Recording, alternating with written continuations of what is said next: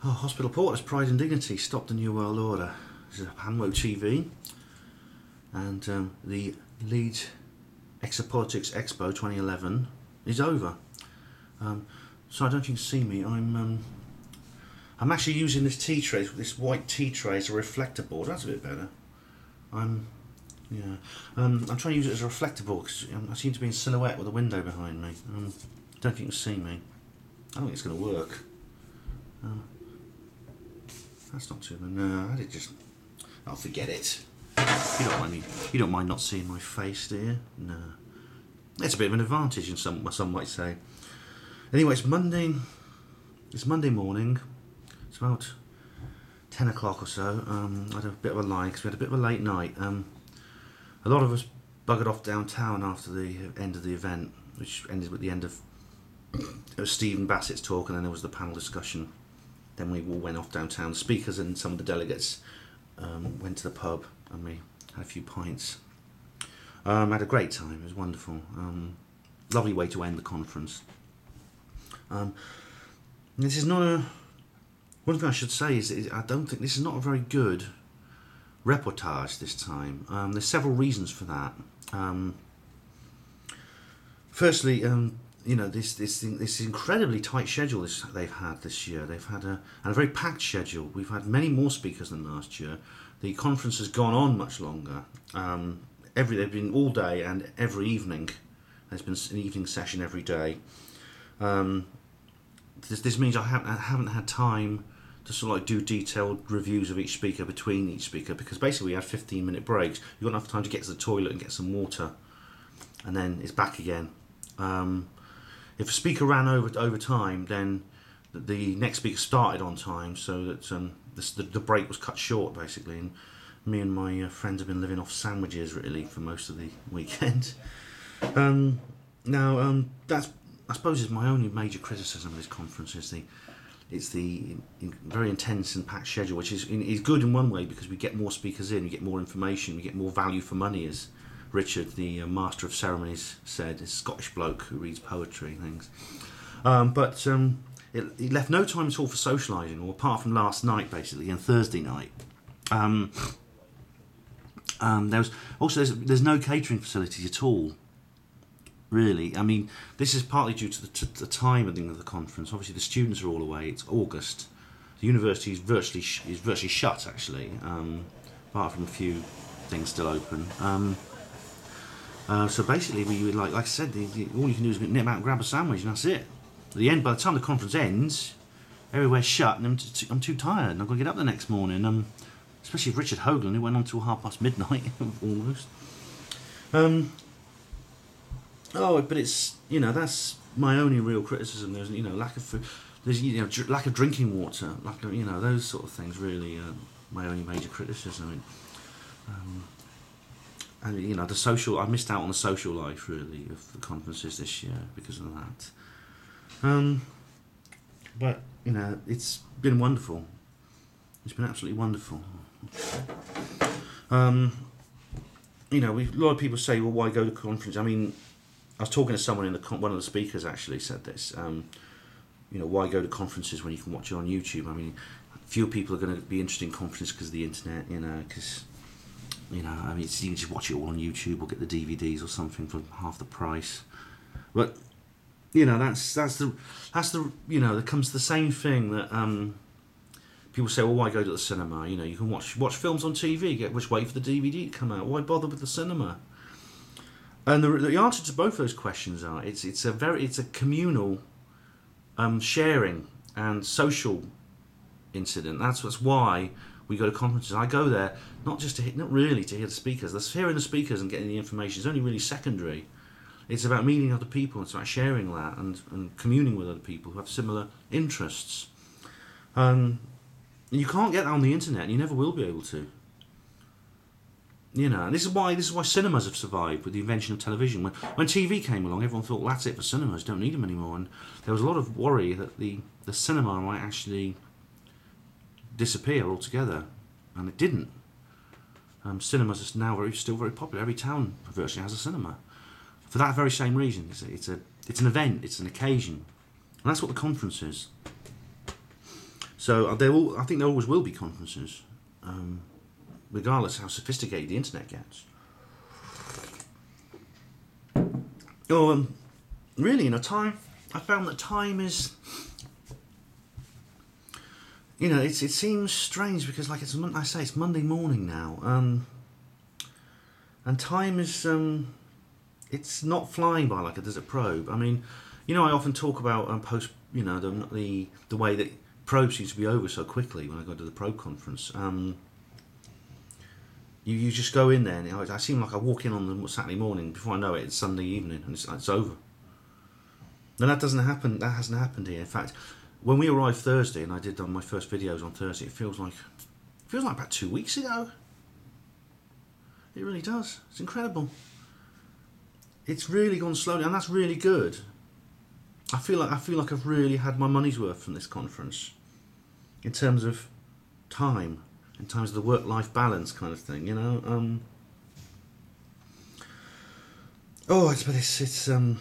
It's been hard work, I'll tell you. I hope I've covered everything in this video.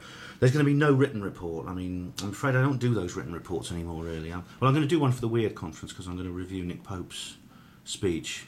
But I haven't got time to write these written reports, really. I've got other things I want to do, Where was I? Right, I'll just reflect my notes. It's been... it's been a great thing which has made me think an awful lot. I've been talking online lately, actually, to a very nice lady who you may well have heard of. Her name's Carol Rosin, and she's been developing a treaty to ban the weaponisation of space. Now, I haven't examined this treaty in full. I've seen a video, but I'm going to look at this treaty carefully, and I was interested to see, and I wanted to tell her whether this treaty would come up during the proceedings. Well, it did. It did get a couple of mentions from people. I mean, I spoke to a couple of the speakers, and they were aware of this treaty, because Carol Rosin says the weaponisation of space is directly related to the ET issue, because she knew Werner von Braun, the famous rocket scientist. So I'll be glad to say to Carol, Carol, your treaty is being mentioned. It didn't come up in proceedings, but it was mentioned by a couple of people informally. So I think you're on the right track with this. Now, disclosure with a capital D, the big D. Well, we've been through basically everything we could go through at the moment regarding disclosure, apart from it actually happening. I think we all know what's going to happen, when it's going to happen, or not when it's going to happen, what it is, how it could happen. People discuss how the government could actually do it.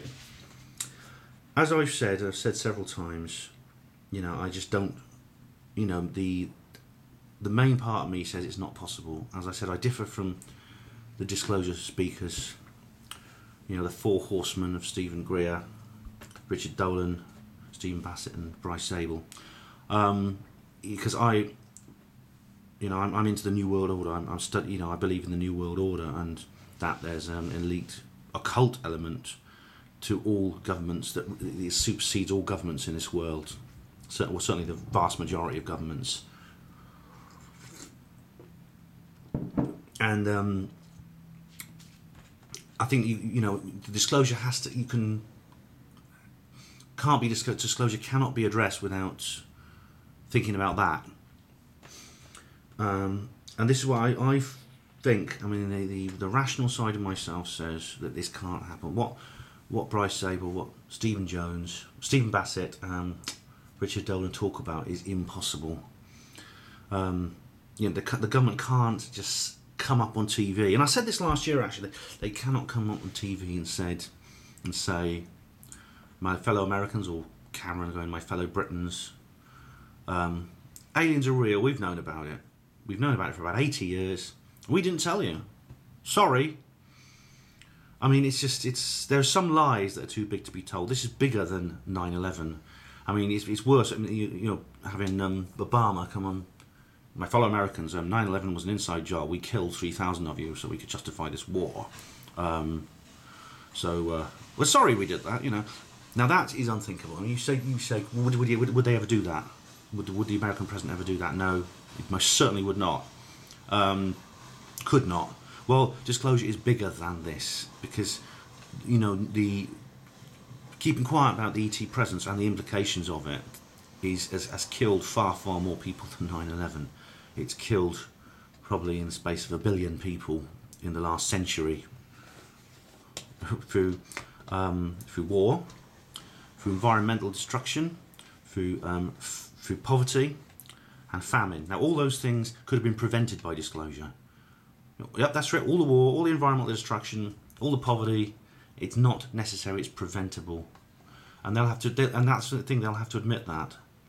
They'll have to admit that not only are these things not necessary and these things can be solved, but these things could have been solved. These things could have been solved 80 years ago. This is not just from. Actually, this is not just an ET issue. This is to do with Nikola Tesla and the free energy and Wilhelm Reich and people like that. And Gerhard Arter spoke about Wilhelm Reich incidentally. You know, it's just very interesting. You know.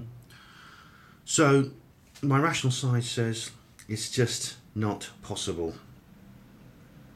You know, it can't be done.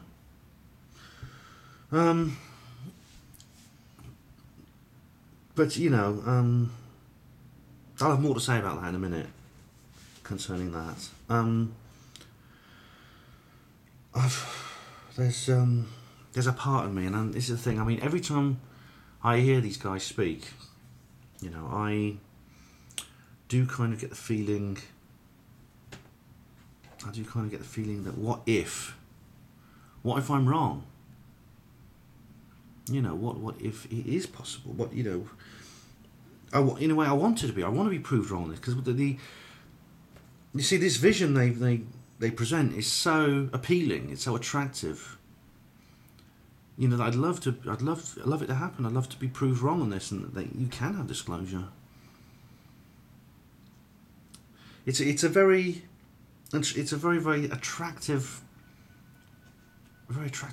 proposition that one day someone's gonna phone me up and say, Ben, switch your TV on, and there's going to be Obama or someone, whoever's the president, or Cameron even, sitting in front of there and giving that disclosure speech that, you know, basically Bryce Zabel is something of a visionary about this, and he even got an actor to read it out. He got David Munt, the actor from the Happy Days, to play the role of president and sit in front of the flag and read out what he calls the disclosure speech.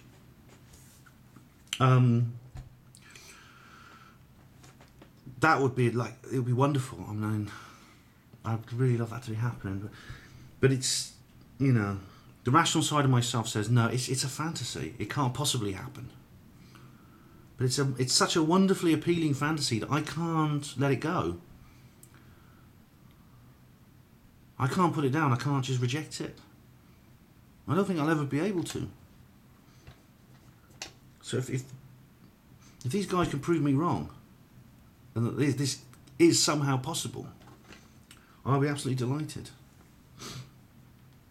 You know, but the first thing it'll mean the Illuminati have basically given up on the New World Order. That's one thing for certain. So that'd be great, because it'll all tie into other things. I mean, the disclosure issue ties in to everything else. It ties into the various other conspiracies that I discuss on Hapanwo and Hapanwo TV. Oh, if only, you know. You see, this is the thing. I may come across as very level-headed, but I'm actually something of a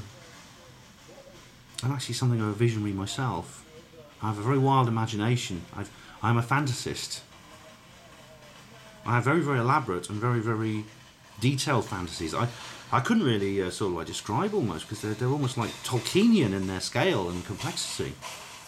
You know, if you read my fictional work, you know, if you go onto her Panwo blog, my main fiction is now available free online. So. Right, well, it's been a great conference. It's been wonderful. I'd like to thank Anthony Beckett. I'd like to thank his lovely wife Rachel, his brother Richard, the Master of Ceremonies, Dave Griffin, all the other people behind all this. I'd like to thank all the speakers and everyone else who came along and I met up with and we spoke to. Thanks very, very much. It's been wonderful, you know. Despite my niggling about the water and food and stuff, and you know, I absolutely loved it, and I will be back next year. I'll make every effort to come back next year. Thank you very much, and thank you, her Panwo TV viewers, for watching. There's going to be a little bit more to come. Just this sort of like drawing to a close, and so keep watching. But my main reportage on it is now over, and I'll be in touch with you in the comments box and my YouTube inbox. Hospital Porters, Pride and Dignity. Stop the New World Order.